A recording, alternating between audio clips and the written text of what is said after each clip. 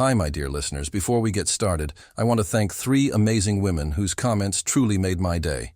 Emily Carter from Austin, Texas, Sarah Mitchell from Columbus, Ohio, and Linda Parker from Boise, Idaho. It's such a joy to have you here.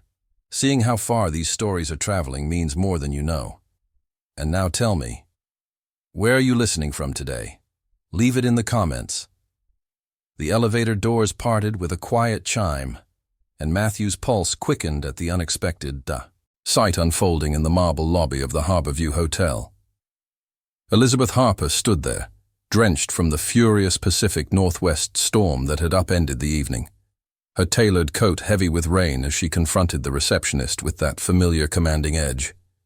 The same tempest had canceled every outbound flight from Seattle, stranding hundreds of travelers in the city just as their technology conference wrapped up.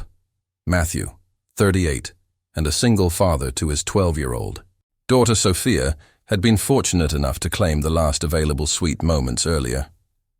He watched her from across the space, his heart tightening with a mix of recognition and something softer. Elizabeth had assumed leadership of Apex Dynamics 6 months ago, her reputation for unyielding standards sending ripples of apprehension through the ranks. Matthew had learned to navigate fatherhood and career after losing his wife 3 years earlier, juggling strategy sessions with soccer, practices and bedtime stories. The storm's arrival had been sudden, winds whipping off Puget Sound and rain lashing the windows like insistent fingers demanding entry. He had looked forward to a hot shower and room service before calling Sophia. But now this. Elizabeth's voice carried, sharp yet laced with fatigue. What do you mean there are no rooms available? You must have something. The receptionist, a young woman with steady patience, shook her head apologetically. The conference and weather had booked every option downtown solid. Mr. Ellis had taken their final suite. Matthew could have slipped away unnoticed, but he caught the subtle slump in her shoulders when she believed no one watched, the way her fingers brushed damp strands of chestnut hair from her forehead. It reminded him of the unexpected compassion she had shown last month when Sophia battled a stubborn flu, approval granted without guilt or questions. Perhaps that memory moved him forward. "Miss Harper," he said, approaching with his keycard in hand, the cool plastic grounding him. "I overheard. The suite has a king bed and a pull-out sofa. We're both adults, colleagues. I won't mention it to anyone if you prefer." She turned, rainwater tracing cool paths down her cheeks, her usually flawless makeup softened by the downpour to reveal faint freckles across the bridge of her nose. Her green eyes met his, vulnerability flashing like distant lightning before composure returned. "Matthew, of course. It's you." A smile attempted but fell short, not reaching the warmth he sensed might exist beneath. "Don't concern yourself. I'll manage somehow." The receptionist noted the airport closures due to flooding risks. Matthew took a breath, the air heavy with ozone from the storm. "It's practical. No strings, no complications." The words lingered between them, heavy as the rain outside. In the lobby's warm light, he noticed the subtle tremble in her hands as she accepted, her posture softening just a fraction. The elevator ride to the 14th floor stretched in awkward silence. He stared at their reflections in the polished doors, wondering what Sophia would make of this. Her father sharing space with the woman from company photos she teasingly called the boss lady. Elizabeth's perfume, a delicate blend of jasmine and fresh rain, filled the small space, stirring something unexpectedly warm in his chest. The suite opened to a spacious room, dominated by the king bed on one side, and a sitting area facing floor-to-ceiling windows that framed the storm-tossed sound. Lightning split the sky in brilliant, jagged bursts, thunder following like a deep growl. Matthew set his bag down. "I'll take the sofa." Elizabeth slipped off her wet coat, revealing a silk blouse clinging slightly to her frame. "Don't be absurd. You're taller. Logistics alone suggest otherwise." Her voice carried a hint of the boardroom steel, but her eyes betrayed uncertainty. My mother raised me to offer comfort first, he countered gently. And mine taught me never to hide behind expectations of gender, she replied, a spark of humor flickering.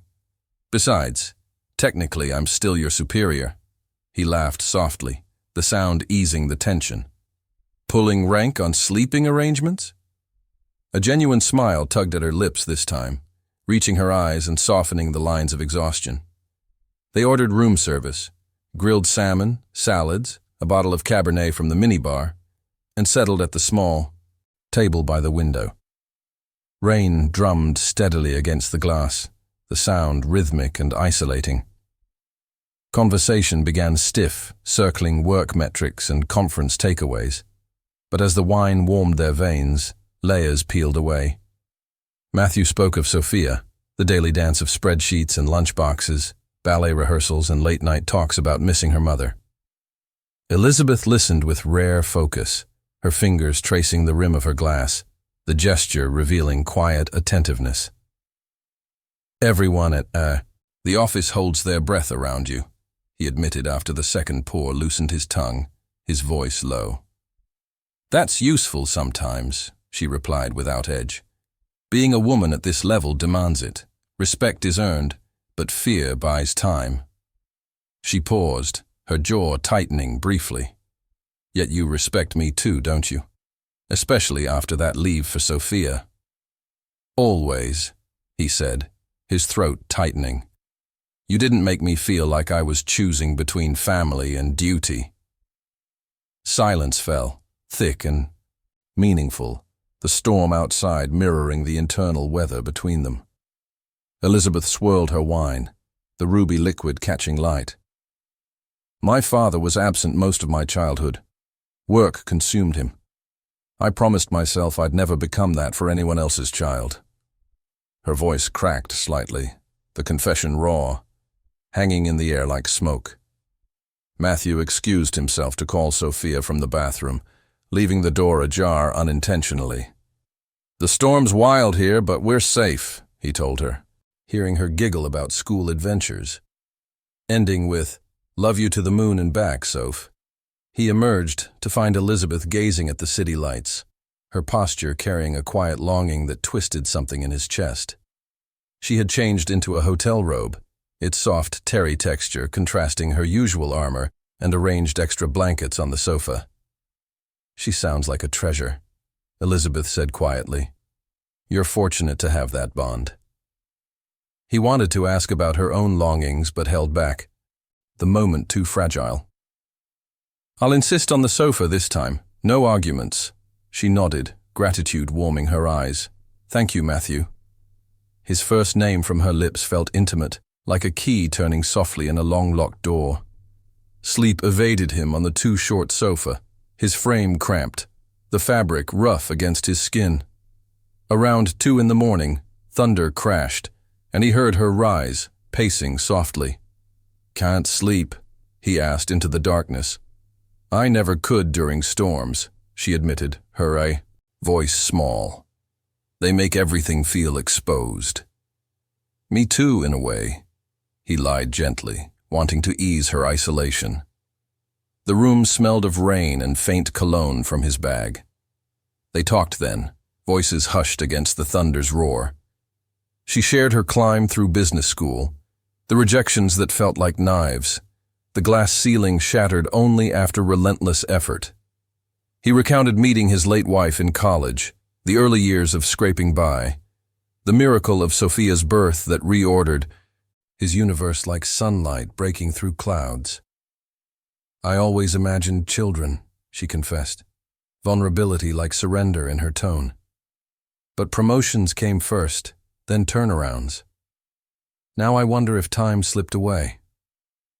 Her breath caught, the sound sharp in the quiet. It's never too late to reach for what matters, he replied, his hand unconsciously reaching toward the dark space between them. We all question our paths. That's being alive.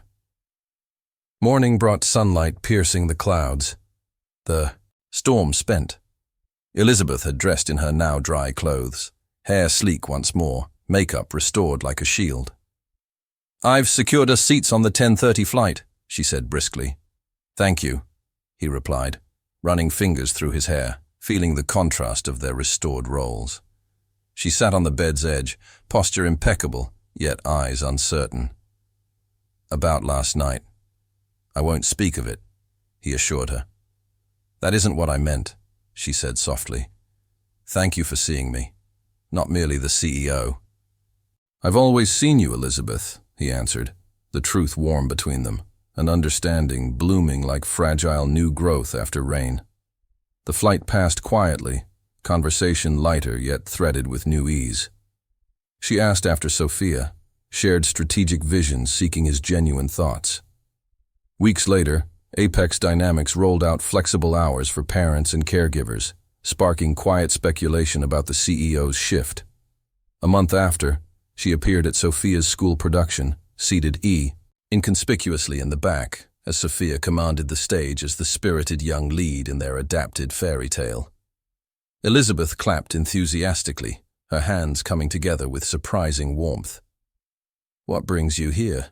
Matthew asked afterward, surprise mingling with pleasure. Supporting creativity, she said with a gentle smile, and perhaps wondering if you and Sophia would join me for ice cream. Sophia answered first, face still glowing from makeup. That sounds perfect. Dad mentions you often. Elizabeth arched an eyebrow, warmth in her gaze. Does he? Only the best, Matthew replied, cheeks heating like the first brush of summer sun. That evening, after cones melted in the park and Sophia chased ducks ahead, Elizabeth turned to him. I've been reflecting on your words, that it's never too late for family, for happiness. Her hand brushed his, the touch electric, yet tentative. 6 months later, when Elizabeth moved into their home, Sophia crafted a handmade sign reading, Welcome to the family, Chief. The nickname carried affection now, melting old fears, their days filled with shared meals, laughter over homework, and quiet evenings where her hand found his naturally, vulnerability transforming into strength. 1 year after that stormy night, on the balcony of a deliberately chosen hotel suite overlooking the Sound, Matthew proposed under starlit skies. Tears glistened in Elizabeth's eyes as she laughed softly. Life surprises us when we least expect it. We're both ready for this chapter. Absolutely, he agreed, sliding the ring onto her finger, the metal cool and promising. And I won't tell anyone how the formidable Elizabeth Harper cried happy tears. You'd better not, she teased, but her smile rivaled the city lights, radiant and free. 1 year later, married life had woven them into a seamless tapestry of partnership and joy. Sophia thrived with 2 parents cheering her milestones, while Elizabeth balanced leadership with family weekends, her laughter filling rooms once quiet. On a crisp autumn evening, much like the one that began it all, they stood together watching the sunset paint the water in hues of gold and rose, hands intertwined. In that shared silence, full of promise and peace, they knew the fiercest storms could birth the deepest connections, teaching that opening one's heart, no matter the season of life, leads home to where belonging waits with open arms.